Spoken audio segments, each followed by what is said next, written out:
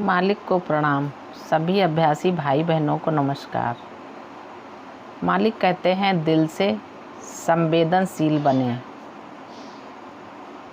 शुभ संध्या बहनों और भाइयों। पिछले कुछ महीनों से मैं चेतना के इस पहलू पर गंभीरता से सोचता रहा हूँ और इसका किसी तरह का कोई निष्कर्ष नहीं निकलता है। मैं चाहता हूँ कि आप माता पिता के रूप में बच्चों के साथ अपने पारस्परिक व्यवहार की कल्पना करें। जब वे 1 वर्ष के, 2 वर्ष के, 3 वर्ष के होते हैं, उनकी खुशी, उनका उतावलापन, उनका विनोद, उनका रुदन, उनका भय, हर स्तर पर उनके आश्चर्ययुक्त चेहरे बच्चों में हर तरह के मनोभाव उत्पन्न होते रहते हैं। ये बहुत आनंदकर होते हैं। जब हम बच्चों को कहानियाँ पढ़कर सुनाते हैं तो कभी कभी उनमें डरावने पल व खराब चीज़ें होती हैं। निसंदेह हम बच्चों को डरावनी कहानियाँ नहीं सुनाते, लेकिन कई बार सरल प्रतीत होने वाली चीज़ें भी उन्हें बेचैन कर देती हैं। उदाहरण के तौर पर बम्बी नामक चलचित्र में जब वह चारों टांगों पर गिरने लगता है तो बच्चे डर जाते हैं कि आगे क्या होगा। उनके लिए भय एक अलग किस्म का होता है जो उत्सुकता बस उत्पन्न होता है, लेकिन जब वे उसे पुनः बार बार देखते हैं, बार बार सुनते हैं, तब वे शांत हो जाते हैं। हमारे जीवन का भी विभिन्न प्रकार से खुलासा होता है। युधिष्ठिर के जीवन तथा दुर्योधन के जीवन, उनकी चेतना के स्तर को देखो। कैसे विभिन्न परिस्थितियों के प्रति उनकी प्रतिक्रिया होती है। दुर्योधन परिस्थितियां पैदा करता है, जबकि युधिष्ठिर अपने जीवन में परिस्थितियों का अवलोकन करता है। कौन माँ अपने पुत्र का दुर्योधन जैसा बुरा नाम रखेगी, जिसका अर्थ है दुष्ट युद्ध, अर्थात जो युद्ध के दौरान दुष्ट होता है, जो युद्ध के दौरान छल करता है। क्या आप सोच सकते हैं कि गांधारी का ऐसा दिल होगा कि वह अपने पुत्र को ऐसा नाम दे? नहीं, ये तो केवल उपनाम है जो घटना के बाद दिए गए, शायद कई 100 वर्ष बाद उनका चरित्र बताने के लिए दिए गए। युधिष्ठिर के साथ भी वही बात है। उनका नाम भी युद्ध दर्शाता है, अर्थात युद्ध के दौरान जिसका मन स्थिर है, शांत है।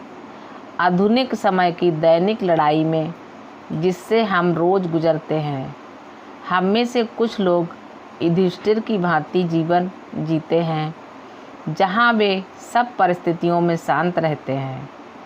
हम में से कई लोगों को किसी संस्था या महकमे में की जिम्मेदारी दी जाती है। साथ ही गृहस्थ जीवन में परिवार के मुखिया की भूमिका निभानी होती है, तो हम उन भूमिकाओं से बहुत कुछ सीखते हैं। हम युधिष्ठिर और दुर्योधन दोनों के जीवन से सीखते हैं। किसी का भी जीवन इतना महत्वपूर्ण नहीं है कि हमें दोनों से कुछ भी सीखने की ज़रूरत नहीं हो। नकारात्मक व्यक्ति का जीवन हमें दिखाता है कि बारूदी सुरंगें अर्थात खतरा कहाँ है। वह हमें चेतावनी देता है कि ऐसे मत बनो, ऐसे व्यक्तियों से दूर रहना चाहिए। ध्यान द्वारा हम अपने मन को शांत कर पाते हैं। ध्यान का उद्देश्य मन को नियंत्रित कर इतना शांत करना है कि युद्ध के दौरान भी, जीवन की अत्यंत खराब परिस्थितियों में भी हम थोड़ा ठहर कर परिस्थिति का विश्लेषण कर पाते हैं और फिर उसी अनुसार कार्य करते हैं। हम हर परिस्थिति के प्रति मानसिक रूप से प्रतिक्रियात्मक होने के बजाय हार्दिक रूप से संवेदनशील बनते हैं। किसी भी ध्यान का यही उद्देश्य है। यदि ऐसा नहीं होता तो इसका मतलब है कि हम में कुछ कमी है, क्योंकि हम जीवन की हर परिस्थितियों में प्रतिक्रिया के लिए इतनी बेहतरीन पद्धतियों का दिल से उपयोग नहीं कर पा रहे हैं। एक अत्यंत चिंताजनक तरीके से प्रतिक्रिया करना आसान है, लेकिन दिल की गहराइयों में जाना भी अत्यंत प्राकृतिक है। यदि हम अपने बुजुर्गों की चेतना का आह्वान करते हुए केवल थोड़ा ठहरें और फिर प्रतिक्रिया करें, उनके बारे में सोचें, और जब हम उनके चेहरे याद करेंगे तब तुरंत उसी दर्जे की शांति हमारे दिल में भी आ जाएगी। वरना याद करने का क्या लाभ, यदि याद वही स्थिति पैदा नहीं करती जो उस व्यक्ति की है जिसे हम याद करते हैं, तो वह याद व्यर्थ है। शायद इसी वजह से हम देवी देवताओं को याद करते हैं, ताकि हम में परिस्थितियों का सामना करने का साहस पैदा हो जाए। हमारी चेतना केवल हमारी आंतरिक शक्ति का प्रतिबिंब है, और यह आंतरिक शक्ति कहाँ से आती है? आत्मा से ही, और मेरी आत्मा मेरे शरीर के बाहर नहीं है। वह किसी तीर्थ में नहीं है। मेरी आत्मा किसी पेड़ पर नहीं है, जैसा कि विक्रमादित्य तथा भोज की कथाओं में है। मेरी आत्मा मेरे अंदर है, वह चीज़ जो मुझे चलायमान है। मेरी जीवन शक्ति मेरे अंदर है। हम उस स्रोत से शक्ति प्राप्त करते हैं जो हमारे अंदर है। ध्यान उस ऊर्जा को प्राप्त करने की एक और कला है, ताकि हम जीवन में परिस्थितियों का सामना कुशल ढंग से कर सकें। हर एक का जीवन जाने अनजाने किसी तरह विकासपरक रास्ता तय कर रहा है। जानबूझकर का मतलब है कि उसके लिए सचेत प्रयास होता है, जबकि अनजाने में का मतलब है कि हमें कुछ नहीं करना पड़ता, क्योंकि किसी तरह प्रकृति वह कर देती है। मानव रूप में हमें चेतना का ऐसा स्तर दिया गया है कि हमें सक्रिय एवं सचेत होकर इसमें भाग लेना है, परंतु बच्चों की भांति नहीं, जो हर छोटी सी घड़ी में भी उत्सुक हो जाते हैं।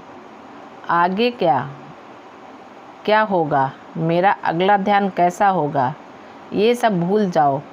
सक्रिय रहो लेकिन उत्सुक नहीं। धैर्यवान रहो, लेकिन इतना नहीं कि आप ध्यान भूल जाओ। अत्यधिक प्रेम तथा अभ्यास में नियमितता के साथ मार्ग पर बने रहना विकास पथ के लिए अत्यंत महत्वपूर्ण है। आप अकर्मण्यता के कारण एक भी पल नहीं गंवा सकते, बल्कि इससे झिझकना चाहिए, क्योंकि आप नहीं जानते कि कौन सा पल आपका उनके मालिक के साथ मिलन की अवधारणा बनाएगा। अतः आध्यात्मिकता प्रेममय ढंग से पूरी तवज्जो की मांग करती है, उत्सुकतापूर्ण ढंग से नहीं। मालिक को प्रणाम। सभी अभ्यासी भाई बहनों को नमस्कार। धन्यवाद।